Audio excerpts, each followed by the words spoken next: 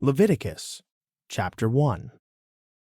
Then the Lord called to Moses and spoke to him from the tent of meeting, saying, Speak to the Israelites and tell them, when any of you brings an offering to the Lord, you may bring as your offering an animal from the herd or the flock.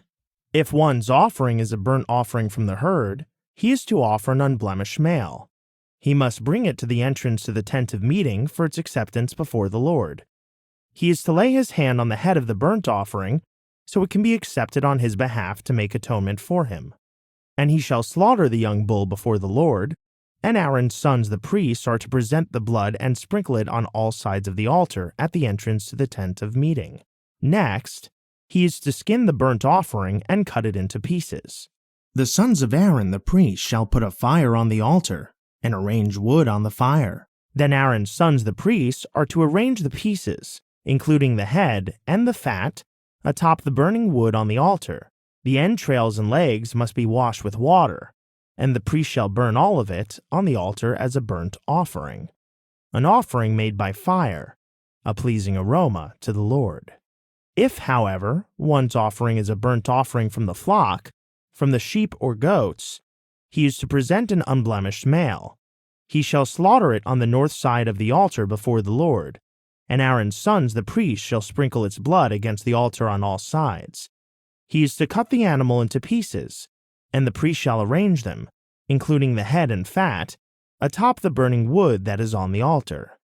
The entrails and legs must be washed with water, and the priest shall bring all of it and burn it on the altar. It is a burnt offering, an offering made by fire, a pleasing aroma to the Lord. If, instead, one's offering to the Lord is a burnt offering of birds, he is to offer a turtle dove or a young pigeon. Then the priest shall bring it to the altar, twist off its head, and burn it on the altar. Its blood should be drained out on the side of the altar, and he is to remove the crop with its contents and throw it to the east side of the altar, in the place for ashes. He shall tear it open by its wings, without dividing the bird completely, and the priest is to burn it on the altar atop the burning wood. It is a burnt offering, an offering made by fire, a pleasing aroma to the Lord. Leviticus chapter 2. When anyone brings a grain offering to the Lord, his offering must consist of fine flour. He is to pour olive oil on it, put frankincense on it, and bring it to Aaron's sons, the priests. The priest shall take a handful of the flour and oil, together with all the frankincense, and burn this as a memorial portion on the altar, an offering made by fire, a pleasing aroma to the Lord. The remainder of the grain offering shall belong to Aaron and his sons. It is a most holy part of the offerings made by fire to the Lord. Now if you bring an offering of grain baked in an oven, it must consist of fine flour, either unleavened cakes mixed with oil, or unleavened wafers coated with oil. If your offering is a grain offering prepared on a griddle, it must be unleavened bread made of fine flour mixed with oil. Crumble it and pour oil on it. It is a grain offering. If your offering is a grain offering cooked in a pan, it must consist of fine flour with oil. When you bring to the Lord the grain offering made in any of these ways, it is to be presented to the priest, and he shall take it to the altar. The priest is to remove the memorial portion from the grain offering and burn it on the altar as an offering made by fire, a pleasing aroma to the Lord. But the remainder of the grain offering shall belong to Aaron and his sons. It is a most holy part of the offerings made by fire to the Lord. No grain offering that you present to the Lord may be made with leaven, for you are not to burn any leaven or honey as an offering made by fire to the Lord. You may bring them to the Lord as an offering of first fruits, but they are not to be offered on the altar as a pleasing aroma. And you shall season each of your grain offerings with salt. You must not leave the salt of the covenant of your God out of your grain offering. You are to add salt to each of your offerings. If you bring a grain offering of first fruits to the Lord, you shall offer crushed heads of new grain roasted on the fire, and you are to put oil and frankincense on it. It is a grain offering. The priest shall then burn the memorial portion of the crushed grain and the oil, together with all its frankincense, as an offering made by fire to the Lord. Leviticus chapter 3. If one's offering is a peace offering, and he offers an animal from the herd, whether male or female, he must present it without blemish before the Lord. He is to lay his hand on the head of the offering and slaughter it at the entrance to the tent of meeting. Then Aaron's sons, the priests, shall sprinkle the blood on all sides of the altar. From the peace offering, he is to bring an offering made by fire to the Lord, the fat that covers the entrails, all the fat that is on them, both kidneys with the fat on them near the loins, and the lobe of the liver, which he is to remove with the kidneys. Then Aaron's sons are to burn it on the altar atop the burnt offering, that is on the burning wood, as an offering made by fire, a pleasing aroma to the Lord. If, however, one's peace offering to the Lord is from the flock, he must present a male or female without blemish. If he is presenting a lamb for his offering, he must present it before the Lord. He is to lay his hand on the head of his offering and slaughter it in front of the tent of meeting. Then Aaron's son shall sprinkle its blood on all sides of the altar. And from the peace offering he shall bring an offering made by fire to the Lord consisting of its fat. The entire fat tail cut off close to the backbone, the fat that covers the entrails, all the fat that is on them, both kidneys with the fat on them near the loins, and the lobe of the liver, which he is to remove with the kidneys. Then the priest is to burn them on the altar as food, an offering made by fire to the Lord. If one's offering is a goat, he is to present it before the Lord. He must lay his hand on its head and slaughter it in front of the tent of meeting. Then Aaron's son shall sprinkle its blood on all sides of the altar.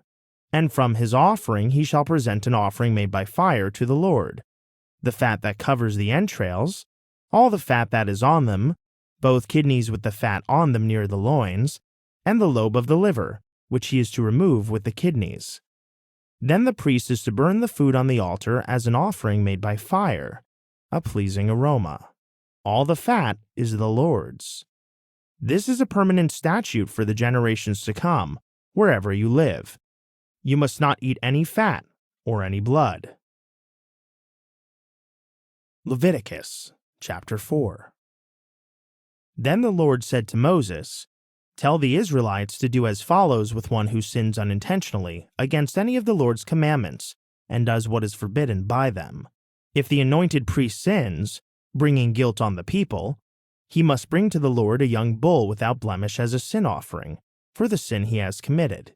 He must bring the bull to the entrance to the tent of meeting before the Lord, lay his hand on the bull's head, and slaughter it before the Lord. Then the anointed priest shall take some of the bull's blood and bring it into the tent of meeting. The priest is to dip his finger in the blood and sprinkle some of it 7 times before the Lord, in front of the veil of the sanctuary. The priest must then put some of the blood on the horns of the altar of fragrant incense that is before the Lord in the tent of meeting. And he is to pour out the rest of the bull's blood at the base of the altar of burnt offering at the entrance to the tent of meeting. Then he shall remove all the fat from the bull of the sin offering, the fat that covers the entrails, all the fat that is on them, both kidneys with the fat on them near the loins, and the lobe of the liver, which he is to remove with the kidneys, just as the fat is removed from the ox of the peace offering. Then the priest shall burn them on the altar of burnt offering. But the hide of the bull and all its flesh, with its head and legs and its entrails and dung, all the rest of the bull, he must take outside the camp to a ceremonially clean place, where the ashes are poured out, and there he must burn it on a wood fire on the ash heap. Now if the whole congregation of Israel strays unintentionally, and the matter escapes the notice of the assembly, so that they violate any of the Lord's commandments, and incur guilt by doing what is forbidden, when they become aware of the sin they have committed, then the assembly must bring a young bull as a sin offering, and present it before the tent of meeting. The elders of the congregation are to lay their hands on the bull's head before the Lord, and it shall be slaughtered before the Lord. Then the anointed priest is to bring some of the bull's blood into the tent of meeting, and he is to dip his finger in the blood and sprinkle it 7 times before the Lord, in front of the veil. He is also to put some of the blood on the horns of the altar that is before the Lord in the tent of meeting, and he must pour out the rest of the blood at the base of the altar of burnt offering at the entrance to the tent of meeting. And he is to remove all the fat from it and burn it on the altar. He shall offer this bull just as he did the bull for the sin offering. In this way the priest will make atonement on their behalf, and they will be forgiven. Then he is to take the bull outside the camp and burn it, just as he burned the first bull. It is the sin offering for the assembly. When a leader sins unintentionally and does what is prohibited by any of the commandments of the Lord his God, he incurs guilt. When he becomes aware of the sin he has committed, he must bring an unblemished male goat as his offering. He is to lay his hand on the head of the goat and slaughter it at the place where the burnt offering is slaughtered before the Lord. It is a sin offering. Then the priest is to take some of the blood of the sin offering with his finger, put it on the horns of the altar of burnt offering, and pour out the rest of the blood at the base of the altar. He must burn all its fat on the altar, like the fat of the peace offerings. Thus the priest will make atonement for that man's sin, and he will be forgiven. And if one of the common people sins unintentionally and does what is prohibited by any of the Lord's commandments, he incurs guilt. When he becomes aware of the sin he has committed, he is to bring a female goat without blemish as his offering for that sin. He shall lay his hand on the head of the sin offering and slaughter it at the place of the burnt offering. Then the priest is to take some of its blood with his finger, put it on the horns of the altar of burnt offering, and pour out the rest of the blood at the base of the altar. Then he shall remove all the fat, just as it is removed from the peace offering, and the priest is to burn it on the altar as a pleasing aroma to the Lord. In this way, the priest will make atonement for him, and he will be forgiven. If, however, he brings a lamb as a sin offering, he is to bring an unblemished female, and he shall lay his hand on the head of the sin offering and slaughter it as a sin offering at the place where the burnt offering is slaughtered. Then the priest must take some of the blood of the sin offering with his finger, put it on the horns of the altar of burnt offering, and pour out the rest of its blood at the base of the altar. And he is to remove all the fat, just as the fat of the lamb is removed from the peace offerings. And he shall burn it on the altar along with the offerings made by fire to the Lord. In this way, the priest will make atonement for him for the sin he has committed, and he will be forgiven. Leviticus chapter 5. If someone sins by failing to testify when he hears a public charge about something he has witnessed, whether he has seen it or learned of it, he shall bear the iniquity. Or if a person touches anything unclean, whether the carcass of any unclean wild animal or livestock or crawling creature, even if he is unaware of it, he is unclean and guilty. Or if he touches human uncleanness, anything by which one becomes unclean, even if he is unaware of it, when he realizes it, he is guilty. Or if someone swears thoughtlessly with his lips to do anything good or evil, in whatever matter a man may rashly pronounce an oath, even if he is unaware of it, when he realizes it, he is guilty in the matter. If someone incurs guilt in one of these ways, he must confess the sin he has committed, and he must bring his guilt offering to the Lord for the sin he has committed, a female lamb or goat from the flock as a sin offering, and the priest will make atonement for him concerning his sin. If, however, he cannot afford a lamb, he may bring to the Lord as restitution for his sin 2 turtle doves or 2 young pigeons, one as a sin offering and the other as a burnt offering. He is to bring them to the priest, who shall first present the one for the sin offering. He is to twist its head at the front of its neck without severing it. Then he is to sprinkle some of the blood of the sin offering on the side of the altar, while the rest of the blood is drained out at the base of the altar. It is a sin offering. And the priest must prepare the second bird as a burnt offering according to the ordinance. In this way, the priest will make atonement for him for the sin he has committed, and he will be forgiven. But if he cannot afford 2 turtle doves or 2 young pigeons, he may bring 1/10 of an ephah of fine flour as a sin offering. He must not put olive oil or frankincense on it, because it is a sin offering. He is to bring it to the priest, who shall take a handful from it as a memorial portion and burn it on the altar atop the offerings made by fire to the Lord. It is a sin offering. In this way, the priest will make atonement for him for any of these sins he has committed, and he will be forgiven. The remainder will belong to the priest, like the grain offering. Then the Lord said to Moses, "If someone acts unfaithfully and sins unintentionally against any of the Lord's holy things, he must bring his guilt offering to the Lord, an unblemished ram from the flock, of proper value in silver shekels according to the sanctuary shekel. It is a guilt offering. Regarding any holy thing he has harmed, he must make restitution by adding 1/5 of its value to it and giving it to the priest, who will make atonement on his behalf with the ram as a guilt offering, and he will be forgiven." If someone sins and violates any of the Lord's commandments, even though he was unaware, he is guilty and shall bear his punishment. He must bring to the priest an unblemished ram of proper value from the flock as a guilt offering. Then the priest will make atonement on his behalf for the wrong he has committed in ignorance, and he will be forgiven. It is a guilt offering. He was certainly guilty before the Lord. Leviticus chapter 6. And the Lord said to Moses, "If someone sins and acts unfaithfully against the Lord by deceiving his neighbor in regard to a deposit or security entrusted to him or stolen, or if he extorts his neighbor, or finds lost property and lies about it and swears falsely, or if he commits any such sin that a man might commit, once he has sinned and becomes guilty, he must return what he has stolen or taken by extortion, or the deposit entrusted to him, or the lost property he found, or anything else about which he has sworn falsely. He must make restitution in full, at 1/5 of the value, and pay it to the owner on the day he acknowledges his guilt. Then he must bring to the priest his guilt offering to the Lord, an unblemished ram of proper value from the flock. In this way, the priest will make atonement for him before the Lord, and he will be forgiven for anything he may have done to incur guilt." Then the Lord said to Moses, "Command Aaron and his sons that this is the law of the burnt offering. The burnt offering is to remain on the hearth of the altar all night, until morning, and the fire must be kept burning on the altar. And the priest shall put on his linen robe and linen undergarments, and he shall remove from the altar the ashes of the burnt offering that the fire has consumed, and place them beside it. Then he must take off his garments, put on other clothes, and carry the ashes outside the camp to a ceremonially clean place. The fire on the altar shall be kept burning. It must not be extinguished. Every morning, the priest is to add wood to the fire, arrange the burnt offering on it, and burn the fat portions of the peace offerings on it. The fire shall be kept burning on the altar continually. It must not be extinguished. Now this is the law of the grain offering. Aaron's son shall present it before the Lord in front of the altar.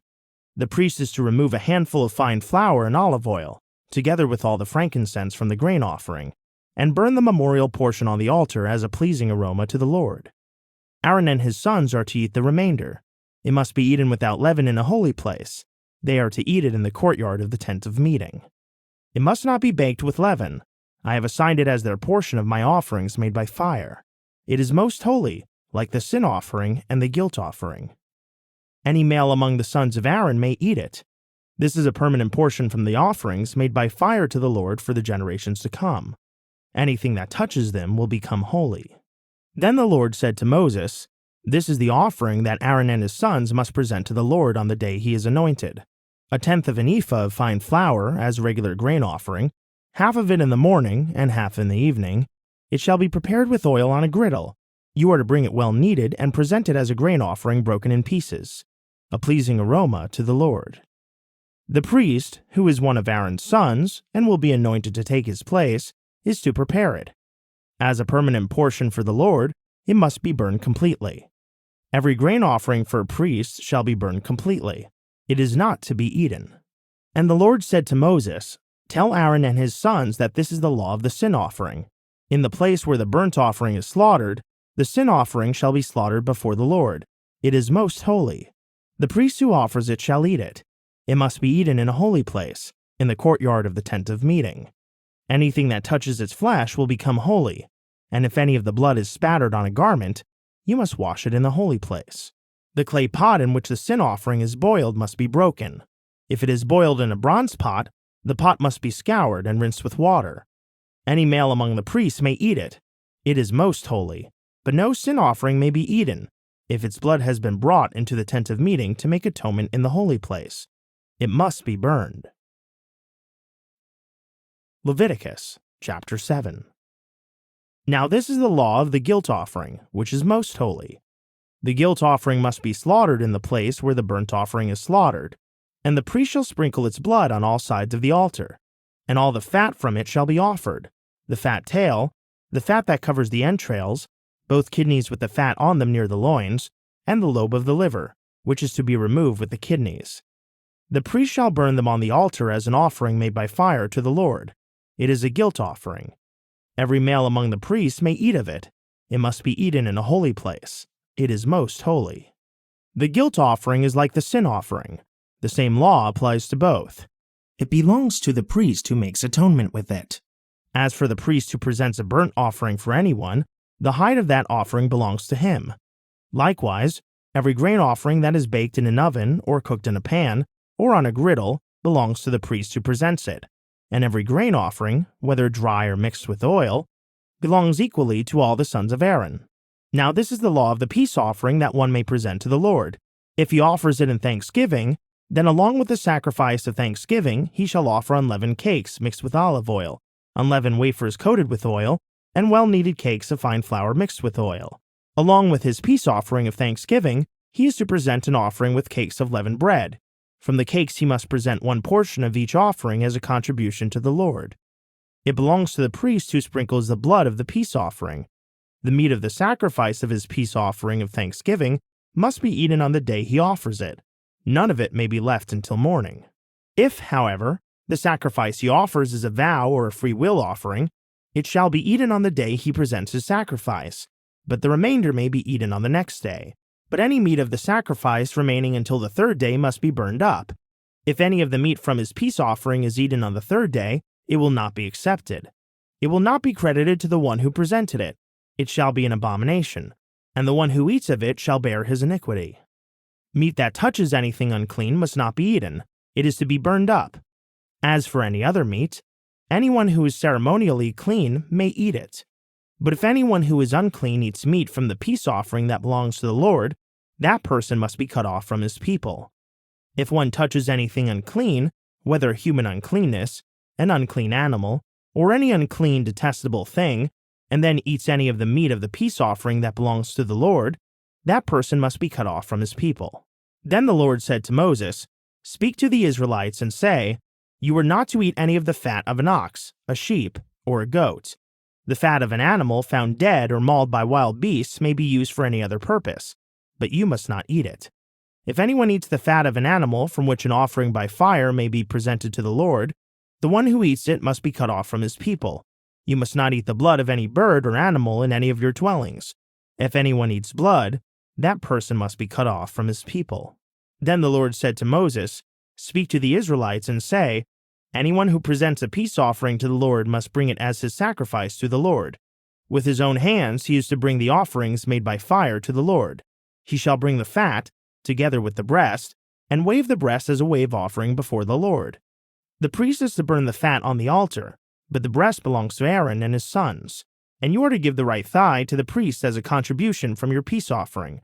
The son of Aaron who presents the blood and fat of the peace offering shall have the right thigh as a portion.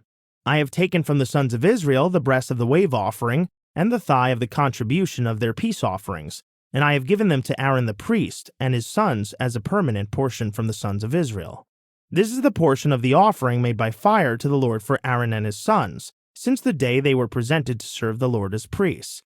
On the day they were anointed, the Lord commanded that this be given them by the sons of Israel. It is a permanent portion for the generations to come.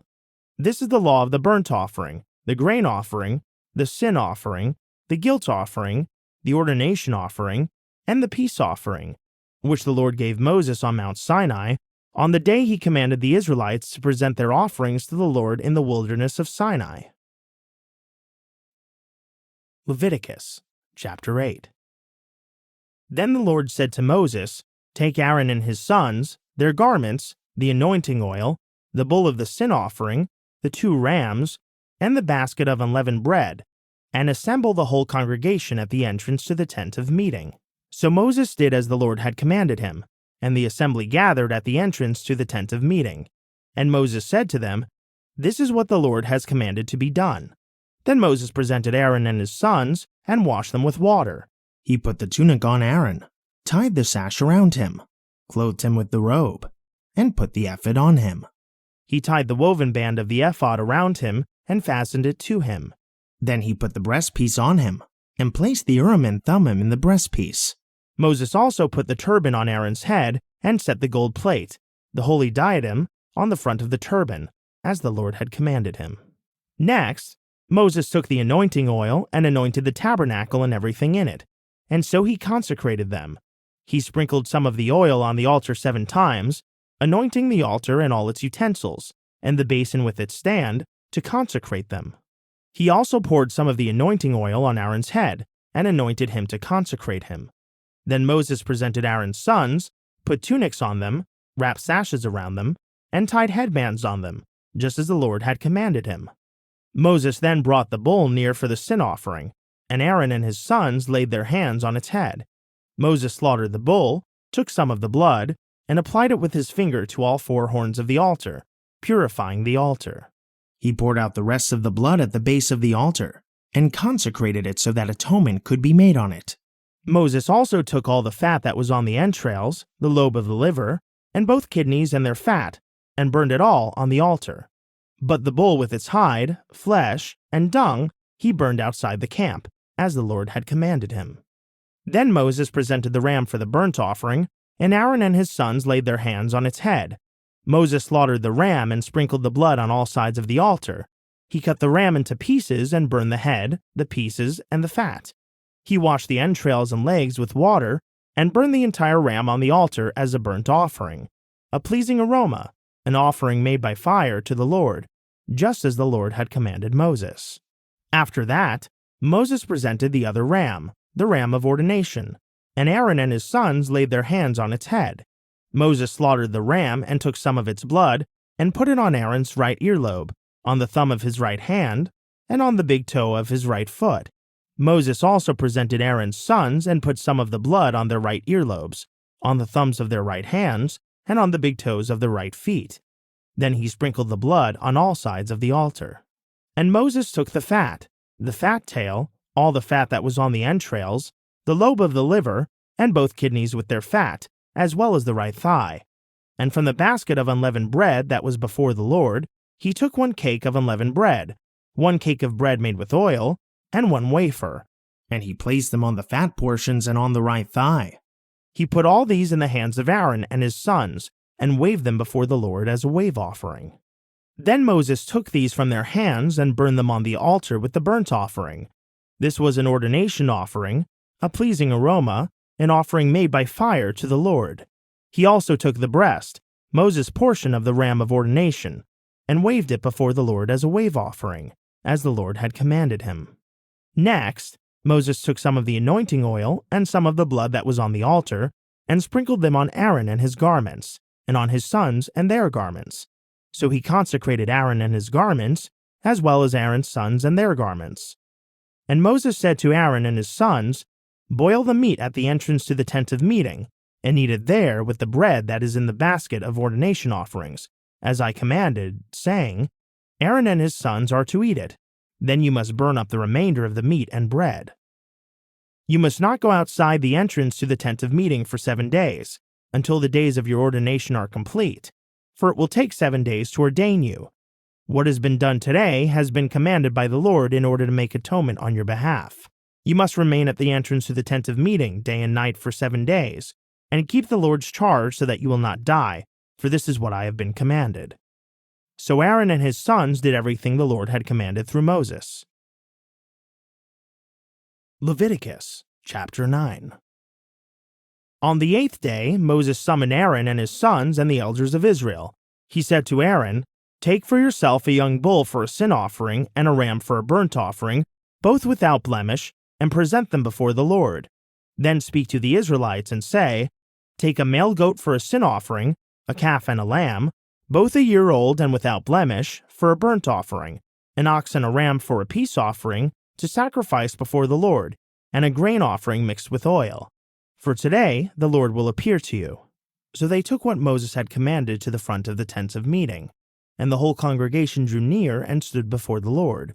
And Moses said, "This is what the Lord has commanded you to do, so that the glory of the Lord may appear to you." Then Moses said to Aaron, "Approach the altar and sacrifice your sin offering and your burnt offering to make atonement for yourself and for the people, and sacrifice the people's offering to make atonement for them, as the Lord has commanded." So Aaron approached the altar and slaughtered the calf as a sin offering for himself.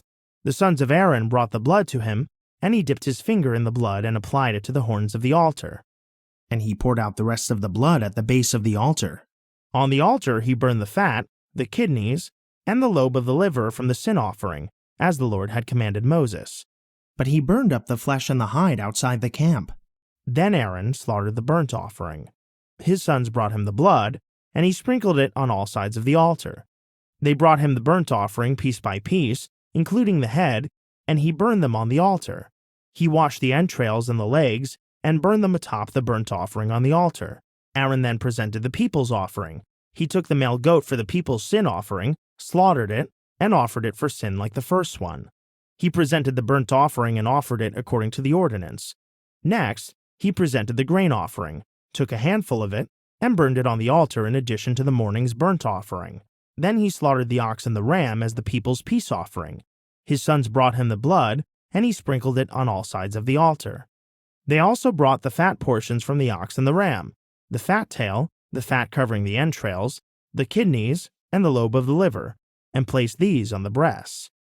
Aaron burned the fat portions on the altar, but he waved the breast and the right thigh as a wave offering before the Lord, as Moses had commanded. Aaron lifted up his hands toward the people and blessed them, and having made the sin offering, the burnt offering, and the peace offering, he stepped down. Moses and Aaron then entered the tent of meeting. When they came out, they blessed the people, and the glory of the Lord appeared to all the people. Fire came out from the presence of the Lord, and consumed the burnt offering and the fat portions on the altar. And when all the people saw it, they shouted for joy and fell face down. Leviticus chapter 10. Now Aaron's sons Nadab and Abihu took their censers, put fire in them, and added incense, and offered unauthorized fire before the Lord, contrary to his command. So fire came out from the presence of the Lord and consumed them, and they died in the presence of the Lord.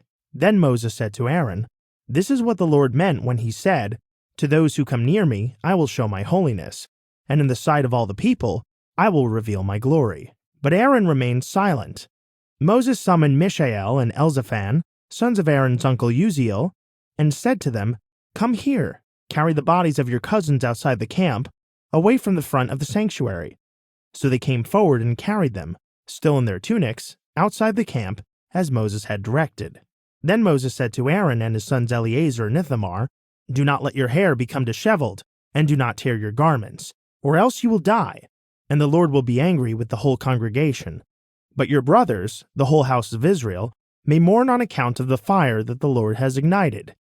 You shall not go outside the entrance to the tent of meeting, or you will die, for the Lord's anointing oil is on you." So they did as Moses instructed. Then the Lord said to Aaron, "You and your sons are not to drink wine or strong drink when you enter the tent of meeting, or else you will die. This is a permanent statute for the generations to come. You must distinguish between the holy and the common, between the clean and the unclean, so that you may teach the Israelites all the statutes that the Lord has given them through Moses." And Moses said to Aaron and his remaining sons, Eleazar and Ithamar, "Take the grain offering that remains from the offerings made by fire to the Lord, and eat it without leaven beside the altar, because it is most holy. You shall eat it in a holy place, because it is your share and your son's share of the offerings made by fire to the Lord. For this is what I have been commanded. And you and your sons and daughters may eat the breast of the wave offering and the thigh of the contribution in a ceremonially clean place, because these portions have been assigned to you and your children from the peace offerings of the sons of Israel. They are to bring the thigh of the contribution and the breast of the wave offering, together with the fat portions of the offerings made by fire, to wave as a wave offering before the Lord. It will belong permanently to you and your children, as the Lord has commanded." Later, Moses searched carefully for the goat of the sin offering, and behold, it had been burned up. He was angry with Eleazar and Ithamar, Aaron's remaining sons, and asked, "Why didn't you eat the sin offering in the holy place? For it is most holy. It was given to you to take away the guilt of the congregation by making atonement for them before the Lord. Since its blood was not brought inside the holy place, you should have eaten it in the sanctuary area, as I commanded." But Aaron replied to Moses, "Behold, this very day they presented their sin offering and their burnt offering before the Lord. Since these things have happened to me, if I had eaten the sin offering today, would it have been acceptable in the sight of the Lord?" And when Moses heard this explanation, he was satisfied. Leviticus chapter 11. The Lord spoke again to Moses and Aaron telling them, "Say to the Israelites, of all the beasts of the earth, these ones you may eat. You may eat any animal that has a split hoof completely divided and that chews the cud. But of those that only chew the cud or only have a divided hoof, you are not to eat the following: the camel, though it chews the cud, does not have a divided hoof. It is unclean for you. The rock badger, though it chews the cud, does not have a divided hoof. It is unclean for you. The rabbit, though it chews the cud, does not have a divided hoof. It is unclean for you. And the pig, though it has a split hoof completely divided, does not chew the cud. It is unclean for you. You must not eat their meat or touch their carcasses. They are unclean for you. Of all the creatures that live in the water, whether in the seas or in the streams, you may eat anything with fins and scales. But the following among all the teeming life and creatures in the water are detestable to you: everything in the seas or streams that does not have fins and scales. They shall be an abomination to you. You must not eat their meat, and you must detest their carcasses. Everything in the water that does not have fins and scales shall be detestable to you. Additionally, you are to detest the following birds, and they must not be eaten because they are detestable: the eagle, the bearded vulture, the black vulture, the kite, any kind of falcon, any kind of raven, the ostrich, the screech owl, the gull, any kind of hawk, the little owl, the cormorant, the great owl, the white owl, the desert owl, the osprey, the stork, any kind of heron, the hoopoe, and the bat. All flying insects that walk on all fours are detestable to you. However, you may eat the following kinds of flying insects that walk on all fours, those having jointed legs above their feet for hopping on the ground. Of these you may eat any kind of locust, katydid, cricket, or grasshopper. All other flying insects that have 4 legs are detestable to you. These creatures will make you unclean. Whoever touches their carcasses will be unclean until evening, and whoever picks up one of their carcasses must wash his clothes, and he will be unclean until evening. Every animal with hooves not completely divided, or that does not chew the cud, is unclean for you. Whoever touches any of them will be unclean. All the 4-footed animals that walk on their paws are unclean for you. Whoever touches their carcasses will be unclean until evening. And anyone who picks up a carcass must wash his clothes, and he will be unclean until evening. They are unclean for you. The following creatures that move along the ground are unclean for you: the mole, the mouse, any kind of great lizard, the gecko, the monitor lizard, the common lizard, the skink, and the chameleon. These animals are unclean for you among all the crawling creatures. Whoever touches them when they are dead shall be unclean until evening. When one of them dies and falls on something, that article becomes unclean. Any article of wood, clothing, leather, sackcloth, or any implement used for work must be rinsed with water and will remain unclean until evening. Then it will be clean. If any of them falls into a clay pot, everything in it will be unclean. You must break the pot. Any food coming into contact with water from that pot will be unclean, and any drink in such a container will be unclean. Anything upon which one of their carcasses falls will be unclean. If it is an oven or cooking pot, it must be smashed. It is unclean and will remain unclean for you. Nevertheless, a spring or cistern containing water will remain clean, but one who touches a carcass in it will be unclean. If a carcass falls on any seed for sowing, the seed is clean, but if water has been put on the seed and a carcass falls on it, it is unclean for you.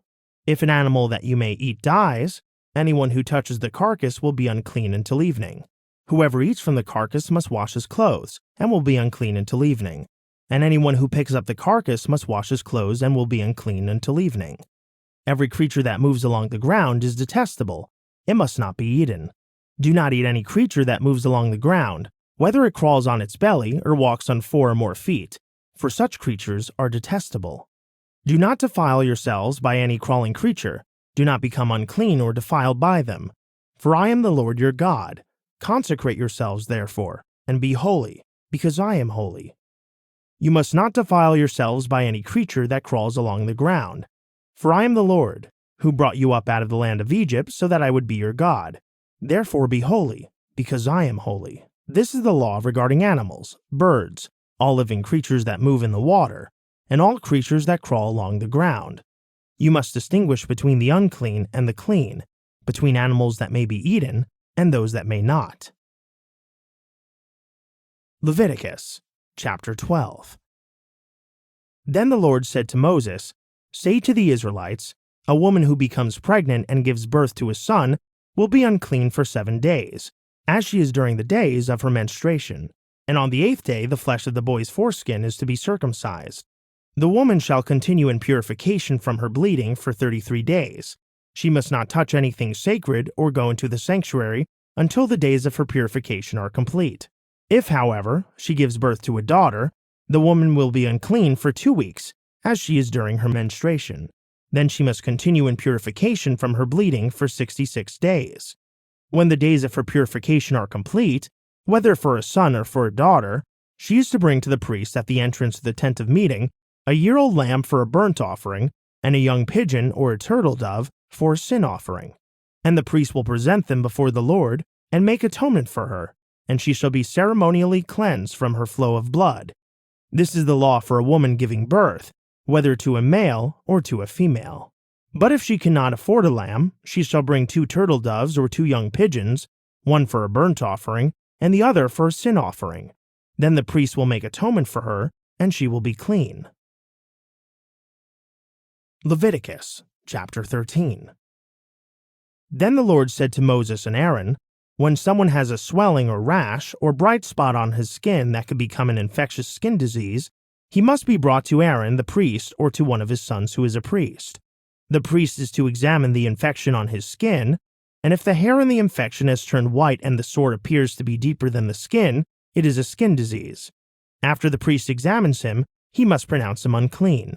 If, however, the spot on his skin is white and does not appear to be deeper than the skin, and the hair in it has not turned white, the priest shall isolate the infected person for 7 days.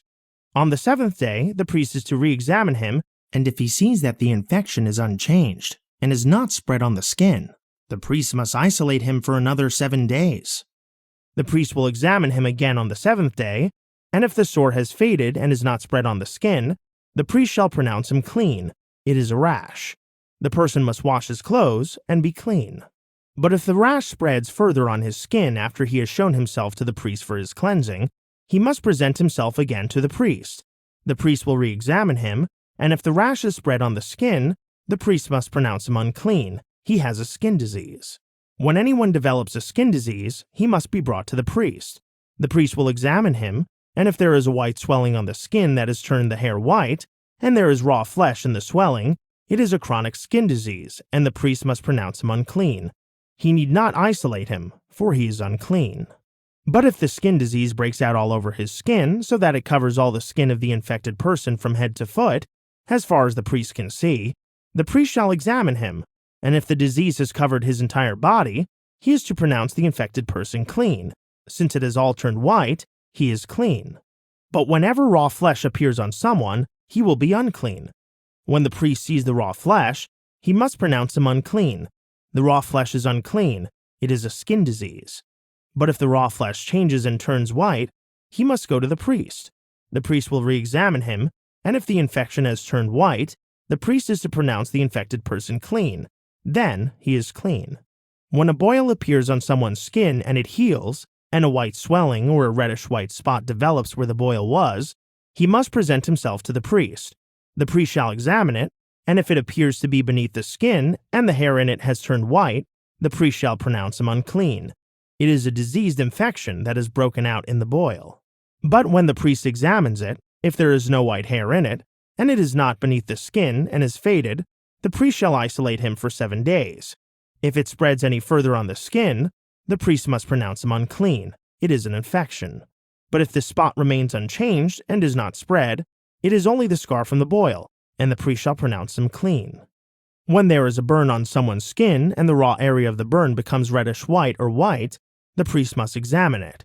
If the hair in the spot has turned white and the spot appears to be deeper than the skin, it is a disease that has broken out in the burn. The priest must pronounce him unclean. It is a diseased infection. But if the priest examines it and there is no white hair in the spot, and it is not beneath the skin but is faded, the priest shall isolate him for 7 days.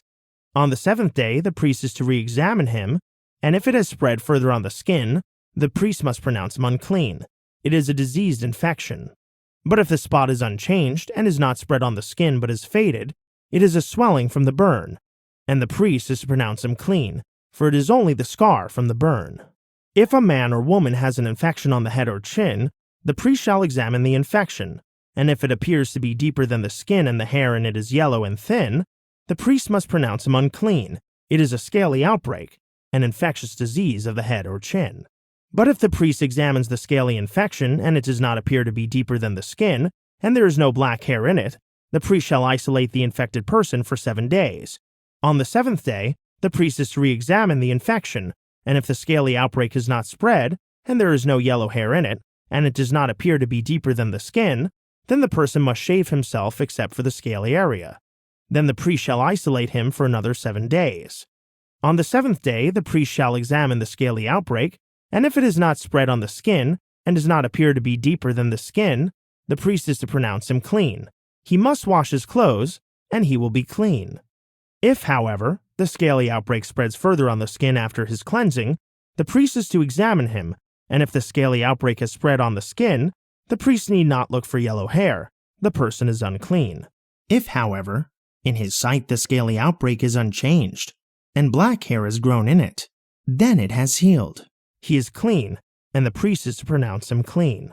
When a man or a woman has white spots on the skin, the priest shall examine them, and if the spots are dull white, it is a harmless rash that has broken out on the skin. The person is clean. Now if a man loses his hair and is bald, he is still clean. Or if his hairline recedes and he is bald on his forehead, he is still clean. But if there is a reddish-white sore on the bald head or forehead, it is an infectious disease breaking out on it. The priest is to examine him, and if the swelling of the infection on his bald head or forehead is reddish-white like a skin disease, the man is diseased. He is unclean. The priest must pronounce him unclean because of the infection on his head. A diseased person must wear torn clothes and let his hair hang loose, and he must cover his mouth and cry out, "Unclean, unclean." As long as he has the infection, he remains unclean. He must live alone in a place outside the camp. If any fabric is contaminated with mildew, any wool or linen garment, any weave or knit of linen or wool, or any article of leather, and if the mark in the fabric, leather, weave, knit, or leather article is green or red, then it is contaminated with mildew and must be shown to the priest. And the priest is to examine the mildew and isolate the contaminated fabric for 7 days. On the 7th day, the priest shall re-examine it, and if the mildew has spread in the fabric, weave, knit, or leather, then regardless of how it is used, it is a harmful mildew. The article is unclean. He is to burn the fabric, weave, or knit, whether the contaminated item is wool or linen or leather. Since the mildew is harmful, the article must be burned up. But when the priest re-examines it, if the mildew has not spread in the fabric, weave, knit, or leather article, the priest is to order the contaminated article to be washed and isolated for another 7 days. After it has been washed, the priest is to re-examine it, and if the mildewed article is not changed in appearance, it is unclean. Even though the mildew is not spread, you must burn it, whether the rot is on the front or back. If the priest examines it and the mildew has faded after it has been washed, he must cut the contaminated section out of the fabric, leather, weave, or knit. But if it reappears in the fabric, weave, or knit, or on any leather article, it is spreading. You must burn the contaminated article. If the mildew disappears from the fabric, weave, or knit, or any leather article after washing, then it is to be washed again, and it will be clean. This is the law concerning a mildew contamination in wool or linen fabric, weave, or knit, or any leather article, for pronouncing it clean or unclean. Leviticus chapter 14. Then the Lord said to Moses, "This is the law for the one afflicted with a skin disease on the day of his cleansing, when he is brought to the priest. The priest is to go outside the camp to examine him, and if the skin disease of the afflicted person is healed, the priest shall order that 2 live clean birds, cedar wood, scarlet yarn, and hyssop be brought for the one to be cleansed.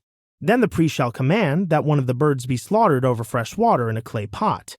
And he is to take the live bird together with the cedar wood, scarlet yarn, and hyssop, and dip them into the blood of the bird that was slaughtered over the fresh water. 7 times he shall sprinkle the one to be cleansed of the skin disease. Then he shall pronounce him clean and release the live bird into the open field. The one being cleansed must wash his clothes, shave off all his hair, and bathe with water. Then he will be ceremonially clean. Afterward, he may enter the camp, but he must remain outside his tent for 7 days. On the 7th day, he must shave off all his hair, his head, his beard, his eyebrows, and the rest of his hair. He must wash his clothes and bathe himself with water, and he will be clean. On the 8th day, he is to bring 2 unblemished male lambs, an unblemished ewe lamb, a year old, a grain offering of 3/10 of an ephah of fine flour, mixed with olive oil, and 1 log of olive oil. The priest who performs the cleansing shall present the one to be cleansed, together with these offerings, before the Lord at the entrance to the tent of meeting. Then the priest is to take one of the male lambs and present it as a guilt offering, along with the log of olive oil, and he must wave them as a wave offering before the Lord. Then he is to slaughter the lamb in the sanctuary area, where the sin offering and burnt offering are slaughtered. Like the sin offering, the guilt offering belongs to the priest. It is most holy. The priest is to take some of the blood from the guilt offering and put it on the right earlobe of the one to be cleansed, on the thumb of his right hand, and on the big toe of his right foot. Then the priest shall take some of the log of olive oil, pour it into his left palm, dip his right forefinger into the oil in his left palm, and sprinkle some of the oil with his finger 7 times before the Lord. And the priest is to put some of the oil remaining in his palm on the right earlobe of the one to be cleansed, on the thumb of his right hand, and on the big toe of his right foot, on top of the blood of the guilt offering. The rest of the oil in his palm, the priest is to put on the head of the one to be cleansed, to make atonement for him before the Lord. Then the priest is to sacrifice the sin offering and make atonement for the one to be cleansed from his uncleanness. After that, the priest shall slaughter the burnt offering and offer it on the altar, with the grain offering, to make atonement for him, and he will be clean.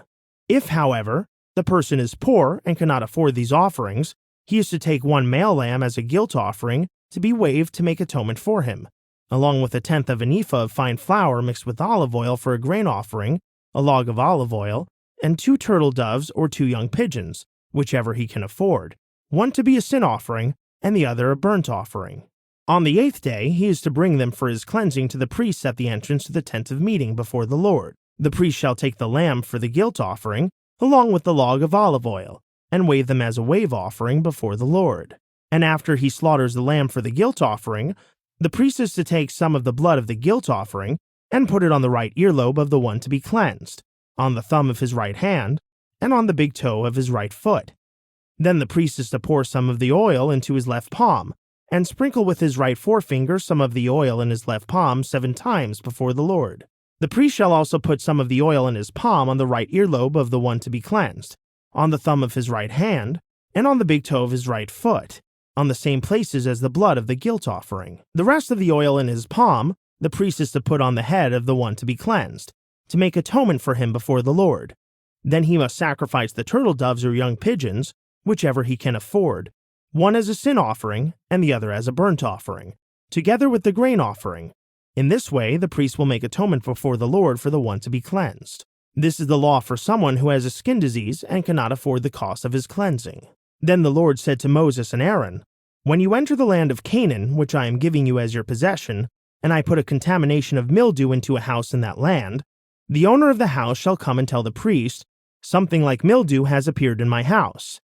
The priest must order that the house be cleared before he enters it to examine the mildew, so that nothing in the house will become unclean. After this, the priest shall go in to inspect the house.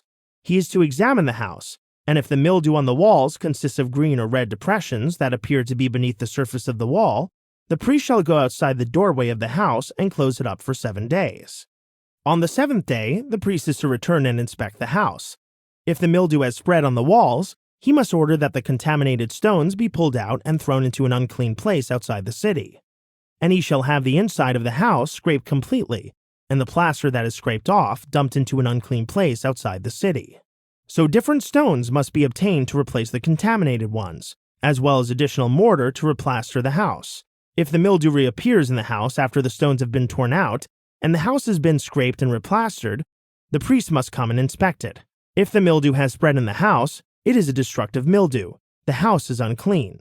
It must be torn down with its stones, its timbers, and all its plaster, and taken outside the city to an unclean place. Anyone who enters the house during any of the days that it is closed up will be unclean until evening, and anyone who sleeps in the house or eats in it must wash his clothes. If, however, the priest comes and inspects it, and the mildew has not spread after the house has been replastered, he shall pronounce the house clean, because the mildew is gone. He is to take 2 birds, cedar wood, scarlet yarn, and hyssop to purify the house. And he shall slaughter one of the birds over fresh water in a clay pot. Then he shall take the cedar wood, the hyssop, the scarlet yarn, and the live bird, dip them in the blood of the slaughtered bird and the fresh water, and sprinkle the house 7 times.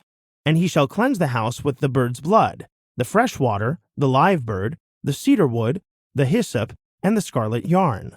Finally, he is to release the live bird into the open fields outside the city. In this way, he will make atonement for the house, and it will be clean. This is the law for any infectious skin disease, for a scaly outbreak, for mildew in clothing or in a house, and for a swelling, rash, or spot, to determine when something is clean or unclean. This is the law regarding skin diseases and mildew.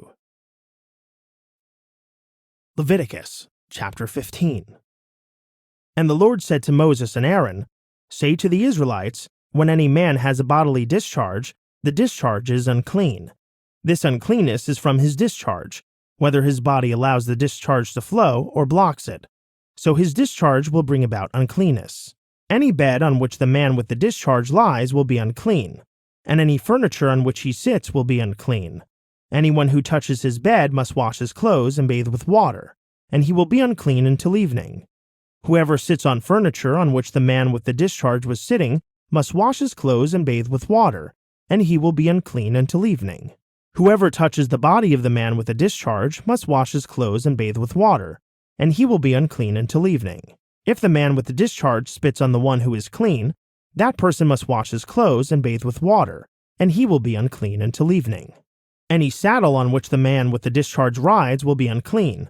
Whoever touches anything that was under him will be unclean until evening.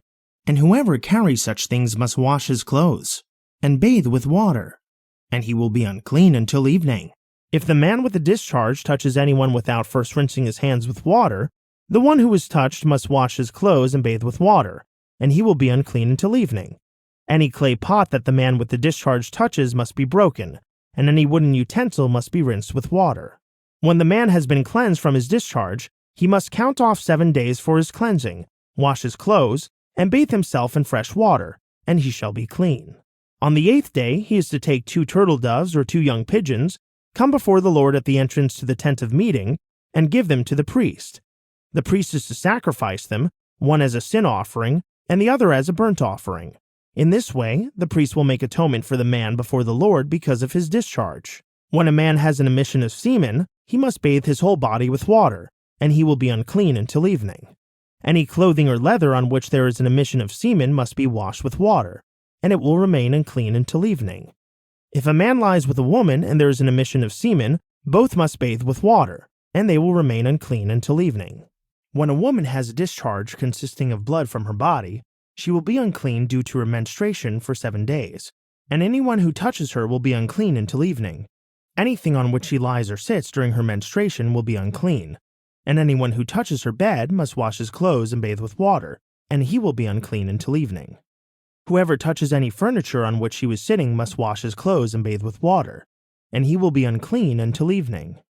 And whether it is a bed or furniture on which she was sitting, whoever touches it will be unclean until evening.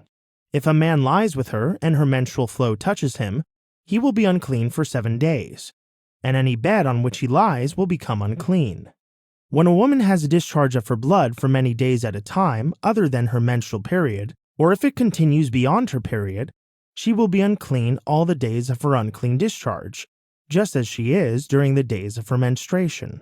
Any bed on which she lies, or any furniture on which she sits during the days of her discharge, will be unclean, like her bed during her menstrual period. Anyone who touches these things will be unclean. He must wash his clothes and bathe with water, and he will be unclean until evening. When a woman is cleansed of her discharge, she must count off 7 days, and after that she will be ceremonially clean. On the 8th day she is to take 2 turtle doves or 2 young pigeons, and bring them to the priest at the entrance to the tent of meeting. The priest is to sacrifice one as a sin offering and the other as a burnt offering. In this way, the priest will make atonement for her before the Lord for her unclean discharge. You must keep the children of Israel separate from their uncleanness, so that they do not die by defiling my tabernacle, which is among them. This is the law of him who has a discharge, of the man who has a seminal emission, whereby he is unclean, of a woman in her menstrual period, or any male or female who has a discharge, and of a man who lies with an unclean woman. Leviticus chapter 16. Now the Lord spoke to Moses after the death of two of Aaron's sons, when they approached the presence of the Lord. And the Lord said to Moses, "Tell your brother Aaron not to enter freely into the most holy place behind the veil in front of the mercy seat on the ark, or else he will die, because I appear in the cloud above the mercy seat. This is how Aaron is to enter the holy place, with a young bull for a sin offering and a ram for a burnt offering. He is to wear the sacred linen tunic with linen undergarments. He must tie a linen sash around him and put on the linen turban. These are holy garments, and he must bathe himself with water before he wears them. And he shall take from the congregation of Israel 2 male goats for a sin offering and 1 ram for a burnt offering. Aaron is to present the bull for his sin offering and make atonement for himself and his household. Then he shall take the 2 goats and present them before the Lord at the entrance to the tent of meeting. After Aaron casts lots for the 2 goats, one for the Lord and the other for the scapegoat, he shall present the goat chosen by lot for the Lord and sacrifice it as a sin offering. But the goat chosen by lot as the scapegoat shall be presented alive before the Lord to make atonement, by sending it into the wilderness as the scapegoat. When Aaron presents the bull for his sin offering and makes atonement for himself and his household, he is to slaughter the bull for his own sin offering. Then he must take a censer full of burning coals from the altar before the Lord and 2 handfuls of finely ground fragrant incense, and take them inside the veil. He is to put the incense on the fire before the Lord, and the cloud of incense will cover the mercy seat above the testimony, so that he will not die. And he is to take some of the bull's blood and sprinkle it with his finger on the east side of the mercy seat. Then he shall sprinkle some of it with his finger 7 times before the mercy seat.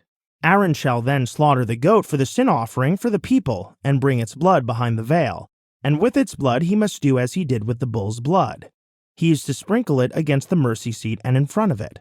So he shall make atonement for the most holy place because of the impurities and rebellious acts of the Israelites in regard to all their sins. He is to do the same for the tent of meeting which abides among them, because it is surrounded by their impurities. No one may be in the tent of meeting from the time Aaron goes in to make atonement in the most holy place until he leaves, after he has made atonement for himself, his household, and the whole assembly of Israel. Then he shall go out to the altar that is before the Lord and make atonement for it. He is to take some of the bull's blood and some of the goat's blood and put it on all the horns of the altar. He is to sprinkle some of the blood on it with his finger 7 times to cleanse it and consecrate it from the uncleanness of the Israelites. When Aaron has finished purifying the most holy place, the tent of meeting, and the altar, he is to bring forward the live goat. Then he is to lay both hands on the head of the live goat and confess over it all the iniquities and rebellious acts of the Israelites in regard to all their sins. He is to put them on the goat's head and send it away into the wilderness by the hand of a man appointed for the task. The goat will carry on itself all their iniquities into a solitary place, and the man will release it into the wilderness. Then Aaron is to enter the tent of meeting, take off the linen garments he put on before entering the most holy place, and leave them there. He is to bathe himself with water in a holy place and put on his own clothes. Then he must go out and sacrifice his burnt offering and the people's burnt offering to make atonement for himself and for the people. He is also to burn the fat of the sin offering on the altar. The man who released the goat as the scapegoat must wash his clothes and bathe himself with water. Afterward, he may re-enter the camp. The bull for the sin offering and the goat for the sin offering, whose blood was brought into the most holy place to make atonement, must be taken outside the camp, and their hides, flesh, and dung must be burned up. The one who burns them must wash his clothes and bathe himself with water, and afterward he may re-enter the camp. This is to be a permanent statute for you. On the 10th day of the 7th month, you shall humble yourselves and not do any work, whether the native or the foreigner who resides among you, because on this day atonement will be made for you to cleanse you, and you will be clean from all your sins before the Lord. It is a Sabbath of complete rest for you, that you may humble yourselves. It is a permanent statute. The priest who is anointed and ordained to succeed his father as high priest shall make atonement. He will put on the sacred linen garments and make atonement for the most holy place, the tent of meeting, and the altar, and for the priests and all the people of the assembly. This is to be a permanent statute for you, to make atonement once a year for the Israelites because of all their sins. And all this was done as the Lord had commanded Moses. Leviticus chapter 17. Then the Lord said to Moses, "Speak to Aaron, his sons, and all the Israelites, and tell them this is what the Lord has commanded. Anyone from the house of Israel who slaughters an ox, a lamb, or a goat in the camp or outside of it, instead of bringing it to the entrance to the tent of meeting, to present it as an offering to the Lord before his tabernacle, that man shall incur blood guilt. He has shed blood and must be cut off from among his people. For this reason, the Israelites will bring to the Lord the sacrifices they have been offering in the open fields. They are to bring them to the priest at the entrance to the tent of meeting and offer them as sacrifices of peace to the Lord. The priest will then sprinkle the blood on the altar of the Lord at the entrance to the tent of meeting and burn the fat as a pleasing aroma to the Lord. They must no longer offer their sacrifices to the goat demons to which they have prostituted themselves. This will be a permanent statute for them for the generations to come. Tell them that if anyone from the house of Israel or any foreigner living among them offers a burnt offering or a sacrifice, but does not bring it to the entrance to the tent of meeting to sacrifice it to the Lord, that man must be cut off from his people. If anyone from the house of Israel or a foreigner living among them eats any blood, I will set my face against that person and cut him off from among his people, for the life of the flesh is in the blood, and I have given it to you to make atonement for your souls upon the altar, for it is the blood that makes atonement for the soul. Therefore I say to the Israelites, none of you may eat blood, nor may any foreigner living among you eat blood.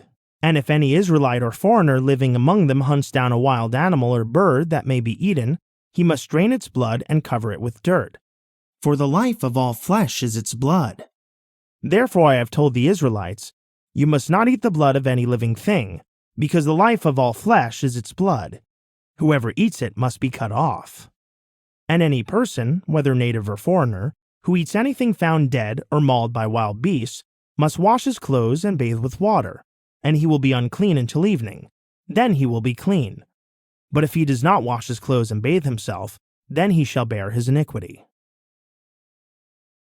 Leviticus chapter 18.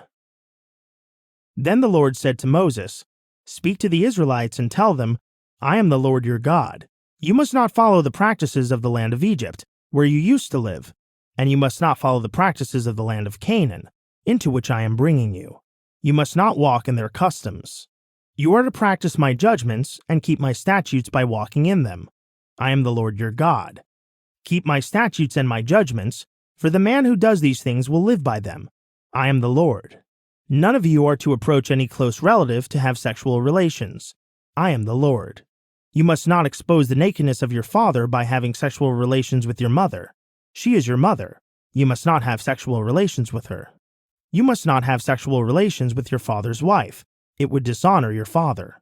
You must not have sexual relations with your sister, either your father's daughter or your mother's daughter, whether she was born in the same home or elsewhere. You must not have sexual relations with your son's daughter or your daughter's daughter, for that would shame your family. You must not have sexual relations with the daughter of your father's wife. Born to your father, she is your sister. You must not have sexual relations with your father's sister. She is your father's close relative. You must not have sexual relations with your mother's sister, for she is your mother's close relative. You must not dishonor your father's brother by approaching his wife to have sexual relations with her. She is your aunt. You must not have sexual relations with your daughter-in-law. She is your son's wife. You are not to have sexual relations with her. You must not have sexual relations with your brother's wife. That would shame your brother. You must not have sexual relations with both a woman and her daughter. You are not to marry her son's daughter or her daughter's daughter and have sexual relations with her. They are close relatives. It is depraved. You must not take your wife's sister as a rival wife and have sexual relations with her while your wife is still alive. You must not approach a woman to have sexual relations with her during her menstrual period. You must not lie carnally with your neighbor's wife and thus defile yourself with her. You must not give any of your children to be sacrificed to Molech, for you must not profane the name of your God. I am the Lord. You must not lie with a man as with a woman. That is an abomination. You must not lie carnally with any animal, thus defiling yourself with it. A woman must not stand before an animal to mate with it. That is a perversion. Do not defile yourselves by any of these practices, for by all these things the nations I am driving out before you have defiled themselves. Even the land has become defiled, so I am punishing it for its sin, and the land will vomit out its inhabitants. But you are to keep my statutes and ordinances, and you must not commit any of these abominations, neither your native born nor the foreigner who lives among you. For the men who were in the land before you committed all these abominations, and the land has become defiled. So if you defile the land, it will vomit you out as it spewed out the nations before you. Therefore, anyone who commits any of these abominations must be cut off from among his people. You must keep my charge not to practice any of the abominable customs that were practiced before you, so that you do not defile yourselves by them. I am the Lord your God. Leviticus chapter 19. Then the Lord said to Moses, "Speak to the whole congregation of Israel and tell them, 'Be holy, because I, the Lord your God, am holy. Each of you must respect his mother and father, and you must keep my Sabbaths. I am the Lord your God. Do not turn to idols or make for yourselves molten gods. I am the Lord your God. When you sacrifice a peace offering to the Lord, you shall offer it for your acceptance. It shall be eaten on the day you sacrifice it, or on the next day, but what remains on the third day must be burned up. If any of it is eaten on the third day, it is tainted and will not be accepted. Whoever eats it will bear his iniquity, for he has profaned what is holy to the Lord. That person must be cut off from his people. When you reap the harvest of your land, you are not to reap to the very edges of your field or gather the gleanings of your harvest. You must not strip your vineyard bare or gather its fallen grapes. Leave them for the poor and the foreigner. I am the Lord your God. You must not steal. You must not lie or deceive one another. You must not swear falsely by my name and so profane the name of your God. I am the Lord. You must not defraud your neighbor or rob him. You must not withhold until morning the wages due a hired hand. You must not curse the deaf or place a stumbling block before the blind, but you shall fear your God. I am the Lord. You must not pervert justice. You must not show partiality to the poor or favoritism to the rich. You are to judge your neighbor fairly. You must not go about spreading slander among your people. You must not endanger the life of your neighbor. I am the Lord. You must not harbor hatred against your brother in your heart. Directly rebuke your neighbor, so that you will not incur guilt on account of him. Do not seek revenge or bear a grudge against any of your people, but love your neighbor as yourself. I am the Lord. You are to keep my statutes. You shall not crossbreed two different kinds of livestock. You shall not sow your fields with two kinds of seed. And you shall not wear clothing made of two kinds of material.